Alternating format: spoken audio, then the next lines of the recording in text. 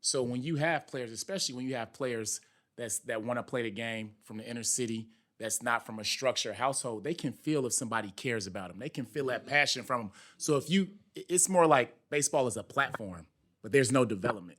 So if you go in and it's like, hey, showcase your skills, but it's like, I know I'm athletic, but it's not translating. Show me. Well, we don't have time to do that. All right, well, you know what? I'll go play football and basketball because those coaches are showing people how to play basketball, how to play football. Hey, it's Breaking Barriers, the diversity, equity, inclusion, and belonging podcast. We're here for real talk. We're not afraid to go there, and we want you to come away emboldened and energized to take action and make change. We believe our diversity, our differences, when joined together by a common set of ideals, makes us stronger. When I set out to help someone, it is my intention to do just that. I'm not trying to do anything other than meet somebody at their humanity. Your world has changed, but your dreams shouldn't have to. That's why Kirkwood is your next best step. With affordable, flexible, and close-to-home options, now's a great time to start or finish your Kirkwood degree. Learn more at kirkwood.edu/findyourfuture. Displaced or discouraged at work? Kirkwood can help you learn a new skill or totally reinvent yourself for a brand new career. With so many flexible and affordable options, you can get back on track fast. Learn more at kirkwood.edu/findyourfuture. Let's go. Florida now, I did it. Let's get this on tape. We'll go around. Name, what team you're from, and what you do right now outside of baseball and why you're here, and then we'll get into some conversation. Just quick intro to yourself, yep.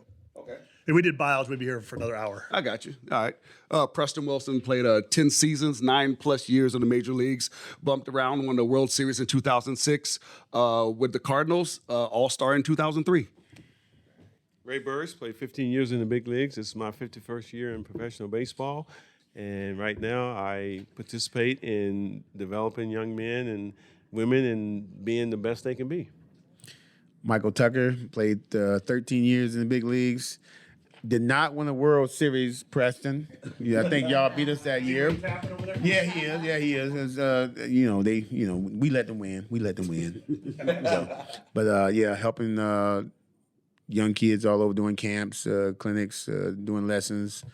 Just trying to be included. Marcus Nettles, I played 9 years in the minor leagues. My strongest accolades would probably be winning a College World Series 2 times at the University of Miami.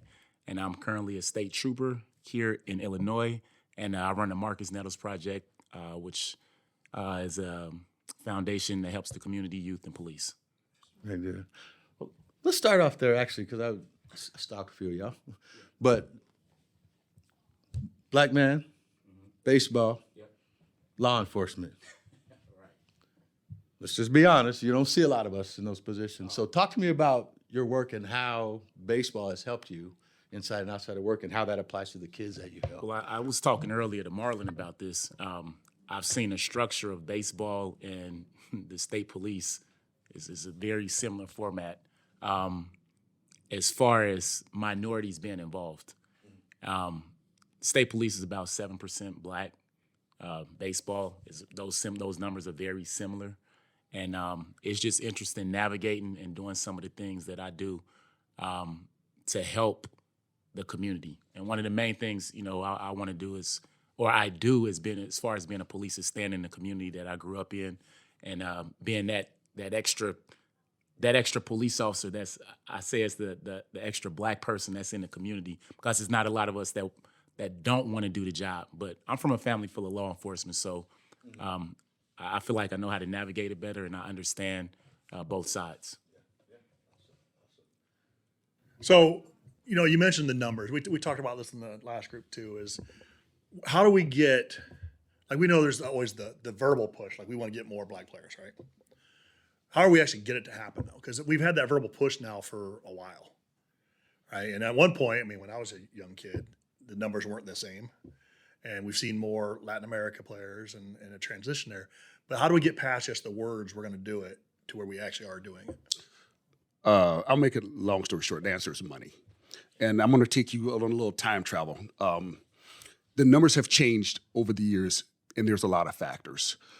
Some of them were well-meaning factors that ended up being detrimental to the black baseball player. Number one, when schools integrated, the athletes came but the people who did the instruction did not leave. So those coaches that were at those black schools, those administrators who was at those black schools, did not get jobs in those integrated schools. They ended up being janitors. They ended up having to go be shoe salesmen or something else. They didn't become teachers, vice principals, principals. So you lose that empathy for the black ball player, which also turns the black ball player away. Title IX, which made colleges, gives the same number of scholarships for women's sports as men's sports. Great thing, and I believe female athletes deserve to have as many scholarships as male scholarships, but the schools did not specify where those scholarships had to come from. So football was able to keep their full scholarships, basketball was able to keep their full scholarships, baseball went down to 11.4 scholarships per school. That loses black athletes. A black athlete can go to mom and dad and say, hey, I can go to a semi-whatever school, get a full ride in football or basketball. They can be the best baseball player on their team and can still only get a half scholarship at best at any school in this country. Michigan did something a little bit different a few years ago where what they did was they gave the full scholarships to the players that needed it and the other players had to play their own way. It was a big deal because you saw 4 or 5 black players in college on the field at the same time. I don't know if you remember that in the College World Series. Well, a lot of those guys are from Chicago. Right. So from that So program you saw at that. University of Michigan. So, Right. yeah. So what really the answer is money. You have to, at every level, incentivize black players to be able to play the sport because they can play basketball and football for free. They cannot play baseball for free. Who do we talk to make that happen? Like, where do we go to grow more of that? Because baseball is America's sport, so you would think that is... Well, we have to remind people that African Americans are Americans as well. So when you look at the college level, you look at all these coaches. I actually wrote an article on this years ago. I believe it was in 2018, 2019, out of 301 NCAA programs, there were 13 black head coaches. That's including HBCUs. 7 of those were the HBCUs. You had 11 part-time, fully paid assistant coaches. So now if you break that down, 300, roughly 12, what's your percentage? That's not a mistake. And a lot of these are state-funded schools. So you're gonna tell me out of all the qualified people in the world to be a head coach in college baseball, that somehow only 13 managed to be a head coach in college baseball? Colleges, how we need to talk to people and acknowledge these things because these things are not an accident. These things are not an accident. When's the last time you saw a black catcher in baseball? The last full-time black catcher in baseball was Charles Johnson. We had the kid Benedict, who was with Oakland, who got in trouble because he kneeled for the cabinet thing. We never saw him again. When's the last time you saw a pitcher who wasn't an ace pitcher in college baseball? What does that mean? That means the people who spends the time with these players are choosing to choose someone who looks like them rather than deal with someone they may not understand, may not have an empathy for. And to Preston's point, pretty much, I know Preston, myself, playing baseball, when I was coming up, I saw people that looked like me. So if I saw people look like me, I felt comfortable playing the sport. Now, if you look at it and the numbers are down, you can probably name a handful of black players that are out there. So how do you get those players to want to play a sport when they don't see anybody that looks like them? Well, I can go play football and I can play basketball and I see people that look like me, talk like me, and probably came from an area just like me. That's important. You can put your hands on somebody. You can touch somebody in your neighborhood, in your community who does that thing that you may be thinking about doing. We talk about that in our world as consultants in the business world a lot. We need to see leaders that look like us. And baseball is no different. So, well, we one of the even heard, things, Anthony, we even heard in the last group that a lot of the HBCUs, even the players on those teams are not black players. Because you can't get a full ride. You can't get a full you ride. can't get a full ride, right. One of my, yesterday I run a program that works with justice-impacted individuals, and I had 3 very successful black men. We were they're a focus group for the program. All of them business owners, doing extremely well. Now, you would never guess, but all of them went to prison, right? Like we're Midwest right now, so I'm from the state over in Iowa, right? So deindustrialization leaves, people don't have jobs, there's a lack of opportunity, all the things. And yet they've been able to overcome. But one of the things they said was, Joy, in our community when we were growing up, the popular people and the people that I saw was drug dealers. So that's what I knew, right? I saw drug dealers, and so that's how we all ended up getting caught up. And so I love that you talked about that people can't put their hands on that, because I think that is so important. where do we start though? Like, I would love to hear from you all. Like, we know resources. Anthony will tell you, I'm a money girl. Like, people are like, well, it's more than just writing a check. It starts with the check though. Yep. Talk to me about the check first, and then we'll talk about other stuff. And so, where else can we start? I believe it becomes with, first of all, acknowledging what the real issues are. We do a lot of talking about things, but until we get everybody that's in this conversation room to admit that the truth is the truth, it becomes this abstract idea. You know, so once you make it real, once you make it tangible, once you make it something that we all say, you know what, this is happening.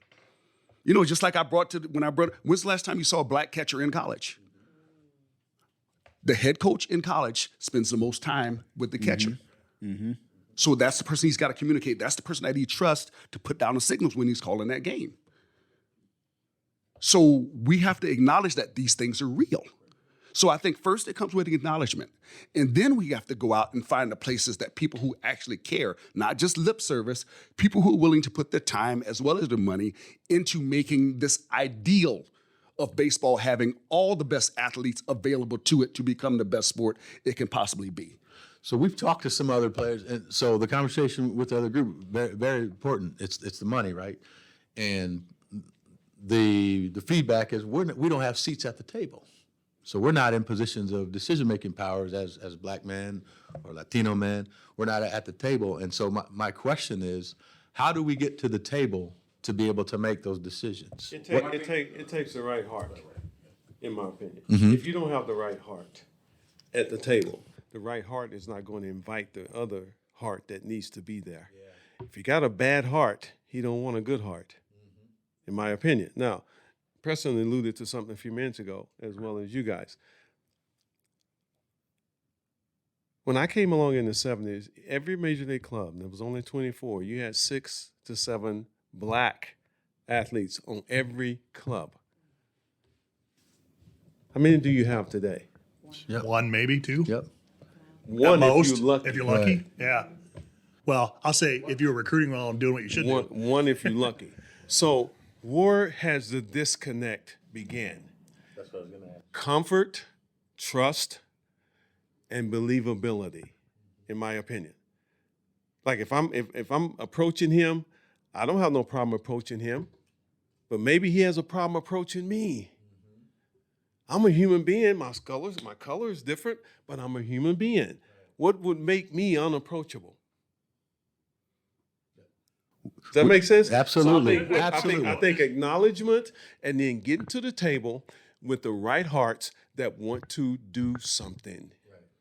We'll also say, real quick, so I was going to say too, we heard this thing too when you talk about Chicago. You know, Chicago's a basketball city, right? And you hear, oh, brothers ain't playing baseball in Chicago. We play baseball in Chicago, right? But the thing is you have organizations that come in, and that's what I, just to get off track, that's why I like Rise to Greatness, because they didn't come in and try to do something different. They just piggybacked on people that have their, have their boots on the ground in a community. Organizations like my organization, Ernest Organization, Radcliffe Organization. So if you have people that's really passionate about trying to make a change and trying to keep and motivate players, because there's money out there. It's money being spent on, hey, let's make this program. Major League Baseball has it. Let's make this program. Let's make that program. Why don't you all just go into the communities of the black communities with the people that's already have programs where you have black kids playing and saying, hey, all right, now what do we do? Now what's the obstacles that we have? And that's what I think that's missing is the people that do have influence and do have the money, they're not really going into the communities and finding the people that have legitimate organizations with legitimate people that are playing and piggybacking off of that. They're starting their own thing just to put lipstick on something, either because they're too lazy or they just don't want to do it and they don't really care. And then they say, hey, look, we're trying. Black folks ain't playing. We playing baseball. See, we talk about that. Like, the one thing I like about what my dad and sister do is that they don't center themselves on it, right? They center the kids and they center the groups locally. But you said, economic, there's no money being put into it. It's not there's not money. It's just not being allocated, correct? I think that's part of it. But I think the last two people that spoke, Ray and Marcus, dealt with two very real things. Ray said, talking about the good heart the good intent, the people who mean well, not just to talk. And you said locally. People, there are mechanisms in place locally to help the minority athlete, the minority baseball player, but people want to have their name on it, so they will take apart all of those connections, that whole network that people have grown through generations of knowing people in these communities, only to try to make something, put their own name on it, so that it can be theirs. So now it becomes about them getting the credit, not about the work being done. The other point I want to make to kind of go, so you guys have gone from heart, local, and I want to go globally, like the major league area, what we're talking about. And this is it's a sensitive topic to some people because we don't like to acknowledge it. My father, in high school, 1971, played on his first integrated team in his high school. 1971, integrated team in high school. He was the first black baseball player on his high school team, 1971. My father's now 67 years old, I believe. When we talk about owners in this country of owning these teams, we're talking about men from that age to their mid-80s. A lot of those men went to segregated schools. They did not spend time with African-American people. They did not spend time with Latin people. They did not spend time with friends of any other color. So they don't have an emotional connection. They don't see the value in it. So when you're talking about a disconnect, we have to realize that that money that we're talking about, that we want to go into these things, is in the hands of people who only care about if it looks bad, not if it is bad. So we, sadly to say, part of the thing that's got to happen is ownership needs to change hands.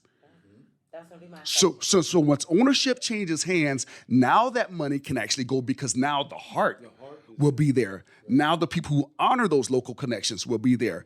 And the people who actually want baseball to be the best, including everybody for baseball's sake, will be the people with the money in their pockets. Because when you look at the situation now, Charlie Hayes has a facility right outside in Tomball, Texas. Ron Jackson, Papa Jack, has a facility in Birmingham, Alabama. I have a facility in Dunedin, Florida. Had one in Fort Worth. There's people all over this country, black players, black representatives of Major League Baseball, who have facilities and are making a difference in their community and in the game of baseball. Why do you?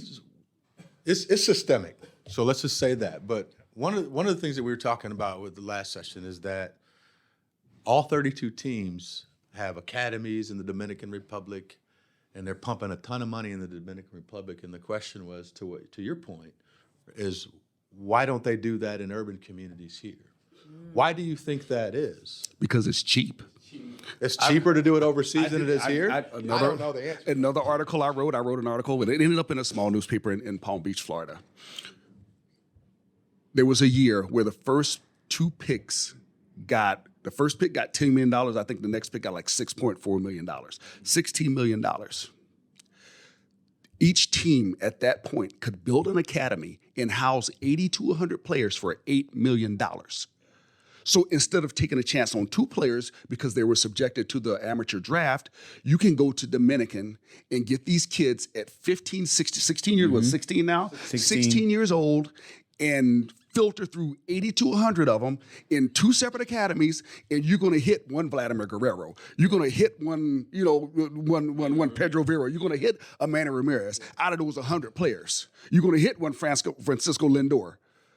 Why? Because they don't have to give the money up. If all players in the world had to go through the amateur draft, that would not happen. But it's not just Dominican Republic. They have schools in Venezuela. They have schools in Mexico. Yep. Yeah. They're trying to start Colombia because they have a few players started coming out of Colombia. So all of these countries, they can go and house, and they say these English classes, yeah, they teach them English, but it's not like they're not really immersive English classes. They learn rudimentary English at best. Mm-hmm. So it's really a system where they can pay a very little money, take very little risk on some of these players. I'm talking about, there's some superstars we know that signed for $50,000. There's some superstars that we know that signed for $80,000. Yeah. But if you're subject to the amateur draft and you're that good of a player, they're going to have to give up a whole lot more money. Now, there is this thing where the casual viewer does not realize that there are so few African Americans because a lot of those Dominican players look just like African American players. So you get the optics of having color on the field, but that color is not the same because we're not talking about Americans. We're talking about Dominican players versus American African American players. The skin color looks the same, but those aren't the same thing. Like Ray was mentioning, in the mid-'80s, the peak for African American ball players was 26, 27%. At one point, we got down to 5%. How do we get there? Is it because they're pushing us out? No. Or The money changed. The money changed. The money And it changed. got to a point where the commissioner was being hounded by the NAACP to draft more black players. I'm talking about in the 70s and 80s. There wasn't enough black players being drafted. So they said, well, we are drafting minority players. Well, minority players are not black players. There's a difference. So the words, Yeah. they're playing with They the were lumping all words. diversity together. Yeah. Remember that you see that in the Yeah. 70s when affirmative action came, it was easy to hire a bunch of women and say that you were meeting your goals. No disrespect to women, but it was used disrespect. in place of black people. The baseball did the same thing. Remember when they had the whole diversity thing in baseball just come up this year and they had a woman lead the whole deal? White males still kept their pretty much same percentage of jobs. Now what happened was you had more people of sexual diversity come in. You had more women come in. You had more people of cultures or countries of origin came in differently. But the white male pretty much kept the same percentage of jobs. What's the dual solution? Because I even when I hear you say somebody from Dominican Republic gets $50,000, $80,000, but they're a superstar. So somebody is making millions of dollars off of them, and they're not getting that. So there's this system that's set up where essentially they are being misused too, right? And then you are actually cutting out black players in the United States. So what's the dual solution? Make everybody subject to the amateur draft. Exactly. And what That solves they do there is, say you have a son that's 12 years old, projected to be the next Sammy Sosa at 12, but they can't draft you until you're 16. So a Pasconi, which is like an agent, comes and gets you from your home for your son and takes him to his home and grooms him for the next 4 years. Pays his bills, everything. When he gets 16, he tries out in front of the scouts. They signed him to a $10 million contract. He takes 30% of it. And that's not just local people. We had an incident where there was an ex-ball player and a major league GM who was skimming money from these players. Yeah. Jim Bowden and a pitcher that was with the Reds was skimming money from them. And they got caught. They got in trouble. Were skimming money from them, taking kickbacks. So it's not just outside. These are actual people in baseball who are being predatory upon these players. And that's exactly what it is. So there's a lot of things that are going on where change is needed. But number one, if everyone is subject to the amateur draft, that changes everything because now they can't put this money into all these foreign countries and then cry about not having African-American ball players. It's like they're playing both sides of the fence. Like, we want more African-American ball players, but we want to make sure we get these discount Latino players. Yep. We got to get them bargain basement, We got them. It's a money game. And it's going to be like that from top to bottom. I mean, no matter whether you have travel teams and stuff like that, because if you take it all the way down to like the travel teams, a lot of them for the younger kids, the people that are running them, they're going to make money. They're trying to get as many teams out there as possible. But if you have a travel team and then, like Preston said, you have coaches who have a certain mindset and what Ray said, you have a certain heart, then these players come out. Well, the first thing we're going to do is we're going to put them in positions where they're not going to affect anything else that I'm doing because this parent is giving me a lot of money for his son to play shortstop or be the prime guy in that position. So now what I'm starting to do from a grassroots perspective, I'm trying to exclude. It's not include. I'm excluding you now. So I'm slowly going to push you out to where now you're going to go to play football because I can go and play football, like Preston said, and I can spend $50. I can give me a football, a top, some shorts. I'm going to go play. Only two of you. And with baseball, this guy has a $500 bat, and it costs him X amount of dollars to come and do these tournaments and do this and do this. Next thing you know, you're sitting there going, I can afford this. So now they've already priced you out at the grassroots level that now there's less that you have to choose from as it moves up. Right. And by the time they do get to a college level, I only have a small percentage. And now I'm picking from that small percentage already to make an even smaller percentage as it grows up. Right. Just the inverted triangle. Just to add a little bit of color to that picture that he was painting, travel baseball costs you between $1,500 to $4,500 to play travel baseball. If you don't have that disposable income as a family, you have to get a sponsor to put that money up for you. If you don't have that, you can't play travel baseball. The backside of that is high school coaches now have a win now mentality. They're not trying to develop players. They're not trying to look at this kid with raw tools that says in 2 or 3 years he can be a monster. They want players who they play travel ball. They know what they're going to get. They understand that this guy can help us right now. So what ends up happening? You have coaches that don't want to coach because they want to win. Exactly. They don't want to coach. They just want. In our world, we call that value and mission over leadership. Mission over leadership. Well, this is what's so great to me. This is my second event for Rise to Greatness Foundation, and the hearts. You know, I'm gonna go back to the hearts because I think that's where everything illuminates from. What your heart says is who you really are, in my opinion. And I'm only talking about my opinion. You got these guys that care. They care. Why do they care? Because they have a caring heart. There's different kind of hearts. And so now when they care, you see them having fun with those kids out there. A coach is only concerned about one thing, and that's ching-ching. He's not bringing anything of value to your son or daughter as far as instruction and development. And that's why these things are needed around, okay? For years, I used to complain a lot about the RBI program in Major League Baseball. It wasn't a program of substance to me. It really wasn't. It Transactional ended up program, being, right? And I'm an ex-Major League player, and I hate to say this, but it ended up being a glorified after-school care program instead of a real indulgent baseball, immersive, teaching you the game, teaching you the minutia, the ins and outs that the Major League Baseball players are trying to pass down through that. It became a glorified after-school program is what it became. And to piggyback on what they're saying about development, that's the thing with baseball is that it's like a money grab. So when you have players, especially when you have players that want to play the game from the inner city, that's not from a structured household, they can feel if somebody cares about them. They can feel that passion from them. So it's more like baseball is a platform, but there's no development. So if you go in and it's like, hey, showcase your skills, but it's like, I know I'm athletic, but it's not translating. Show me. Well, we don't have time to do that. All right, well, you know what? I'll go play football and basketball because those coaches are showing people how to play basketball, how to play football. You don't really have that in baseball. There's very few coaches or very few guys, especially that look like us, that's showing others, especially black kids, when they become interested on how to play the game in a proper way.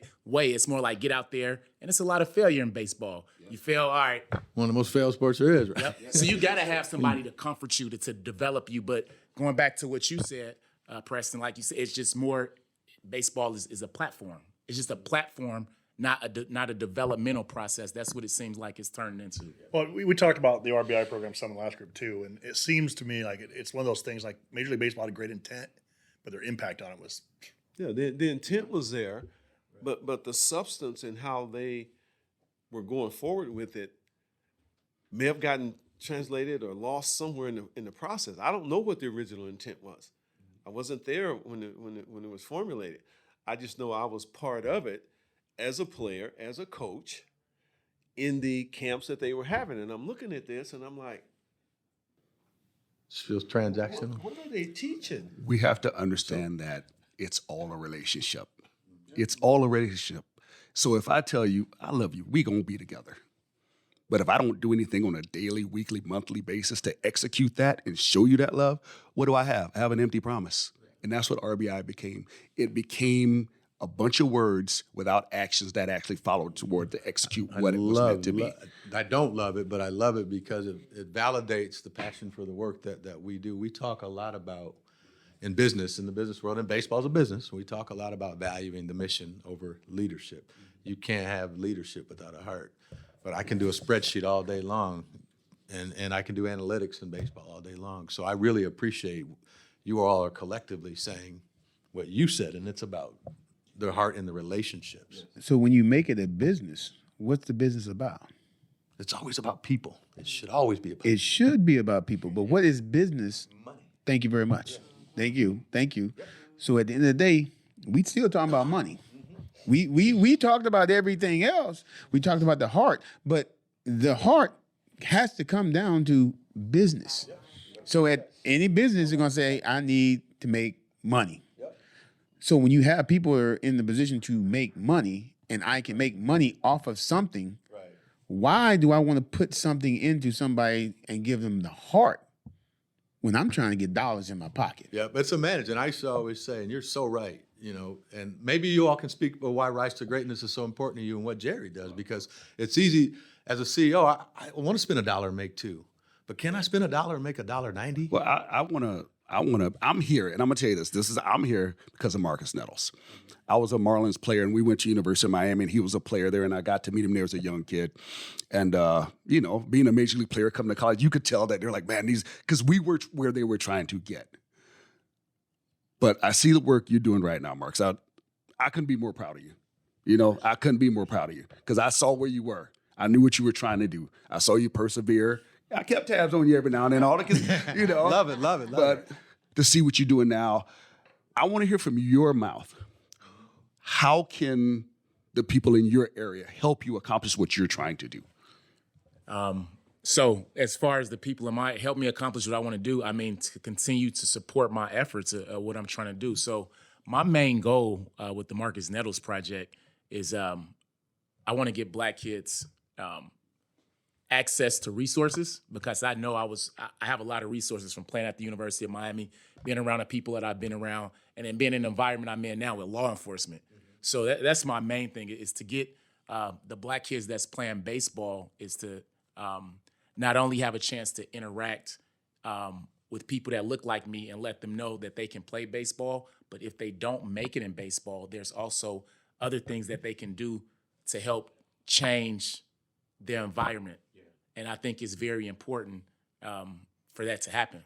But to go to what you're saying, that's what people can do around in the Chicagoland areas to continue to support the organizations such as my organization, Rise to Greatness. You have Black Baseball Media, those organizations that are actually in the community that are doing things with the kids to help them get to where they want to get to, or to just get out of all the things that are going on negatively. Do in you have Chicago. like a website, or you have a PayPal, a Venmo, where if anybody that hears this and they want to say, hey man, I'll send you $30. Any way they can help, if they want to, how can they help you? How can they send you somebody to get you help you do that? MarcusNettlesProject.com. That's where I was last And night. we'll put links. Yeah. We videoed these two, and when we post, we'll put links to all that stuff. How long have you been doing it, Marcus? Since 2017. So for about organized since 2017. So Well, I like about the part 6 you said years. too, like Rise to Great. I remember when my dad first started wanting to do a foundation, is like the RBI program. He's like, the last thing we can do is go into a community, give them some gloves, give them a little baseball, and then leave and never come back. And because again, we just talked about it, you see that, and it's like you can't. It's just check the box. Yeah, great, we did it. I think that continual community ties with, like you said earlier, programs are already there. Use the programs already there and build them and help them grow with whatever resources they need. And I think that is just where we get to where we need to get. And it's long-term. Yeah. Well, a long-term engagement too would help. We talked about, business being, strictly turning to dollars, right? The bottom line is making money. But that's a quick turnaround. If you make the business about relationships, then it turns into the money as well. But it's just a longer time it gets to. But That's the long game. Everybody wants immediate, right? That's today's yeah. But it goes. I'm just No, going back you're to what right. you were You're saying, right. It's long game. But everything is quick right now. So what Yeah. you're saying, people are like, oh, I want results right now. But going back to baseball too, if you want to build those relationships with the black community and find the next Ken Griffey, right? Find the next Michael Tucker, Preston Wilson. You're not finding these guys. You're trying to make these other players that don't even look like us the next 5'2" athletes and say, oh, black kids ain't playing. You know what? Build a long-term relationship in the black community. Go to the people that already have things intact. Invest like you invest in the Dominican Republic. Find people out there like Rise to Greatness. Guess what? That long-term relationship, aside from I think what you all said about the amateur draft going, I mean, that's awesome. But aside from that, if you're going to do it like that, invest in these communities locally, and then that long-term relationship is going to translate to dollars because you're going to get that next superstar black athlete, that next product to be out there. Because we didn't stop being athletic. No. You might have stopped investing, but we still fast. The people that have the power to make those decisions, though, how do we get those people? Because, again, if you were all sitting there as owners, this would happen, right? I mean, be honest. If people that looked like you all were coaches, managers, owners, this shit would already happen. Well, how do those older guys get to the legitimate people if they've never been around them? They may get a good salesperson, and they may not check all the boxes or investigate as much because they don't care enough. So they hear a good sales pitch from a minority person that may not be in the neighborhood or may not have a background in baseball and be like, you know what? He sounds good. Let's hire him. And then finds out nothing's going on, right? Right. So the check. I checked that box. Right. Why not really do some due diligence like you would if you was interviewing somebody to be president of your company? Then you're going to do some due diligence. Right. Then you're going to look and say, well, let's do X, Y, and Z. Oh, let's do this. Oh, let's do that. Guess what? We can't hire you because of this. Do the same thing as opposed to saying, you know what? We're really getting pressure about not having minorities and doing X, Y, and Z. Didn't Mike sound good? You know what? Let's just hire Mike. Hey, guys, we did it. We got somebody. Yeah, that worked. Yep. And we say a lot about that value in mission over leadership, and they're not being leaders. And so we got just a couple minutes left. So you kind of gave me right where I was going to go. Like, okay. What would be your final solutions or solutions? It's money, obviously, but final parting words on what we could do to get more of us at the table. Is it leveraging the Jerrys of the world that can get to the table to open the door and crack it and let us in? What are your thoughts as we wrap up here about how do we get to that money? It's simple. Ownership has to change hands. It's delicate. It doesn't sound nice. But the people who have those mentalities and those ideals that they were born with are the people that have the money. And when money can switch or those teams can get into the hands who have more compassion and more empathy for everyone, the money will change the directions.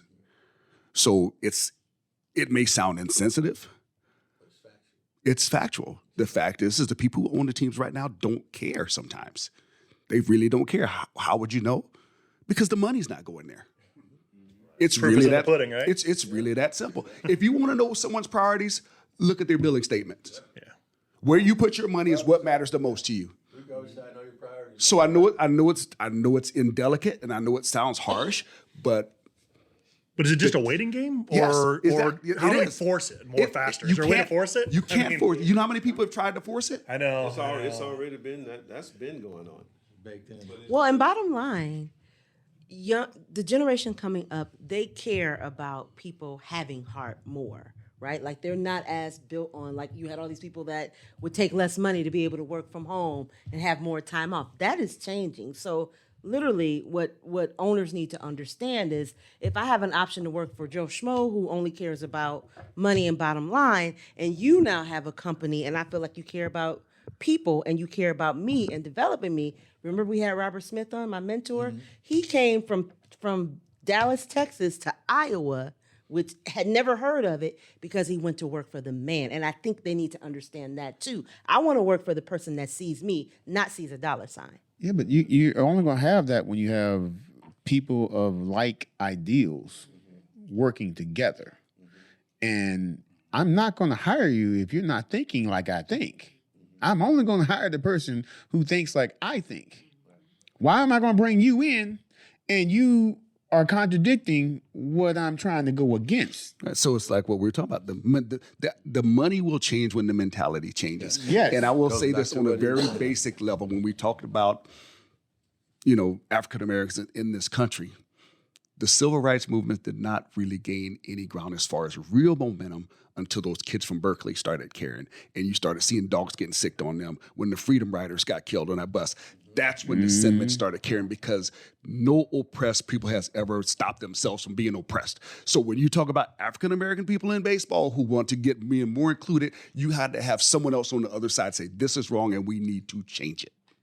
So maybe the children, if those teams get handed down from those owners, they may have more compassion, they may have more empathy. But right now, that current group in there, it's just not there. And we could talk about it till we're blue in the face, but the facts are the facts. Is there honest hope that that'll change? Well, I think I don't know. Here's my honest hope: the facilities that are already in place, from the black ownership who are developing kids in the inner cities. Jason Hayward just added a place here. I don't know where it's at. I've heard about it. Yeah, I know. Yeah, Charlie Hayes has his place. Herm Willingham has a place. Papa Jack has a place. So these are the establishments that are in place. Start developing and bringing good athletes. Chet Lemon has a place down in Florida. You start developing out of those facilities.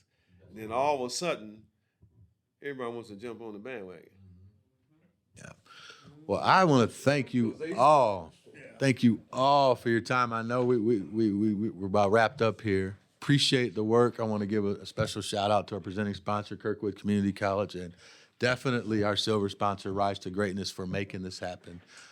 You all have said it. Jerry and Rise to Greatness are people with hearts, and that's why you're here. And so we hope we can spread the wealth as much as we can about what you're doing. And we appreciate the voices and the honesty. And that's what matters. And so, any last words, partners? No, thank you all. No, thank you all for your honesty and candor. I mean, I know that it's not the easiest conversation because you keep having to have it. But eventually, hopefully we'll get more people to listen. So, advancing equity is not a one-year project. It's a generational commitment. There are too few people in the world willing to be the domino, too few people willing to take that fall.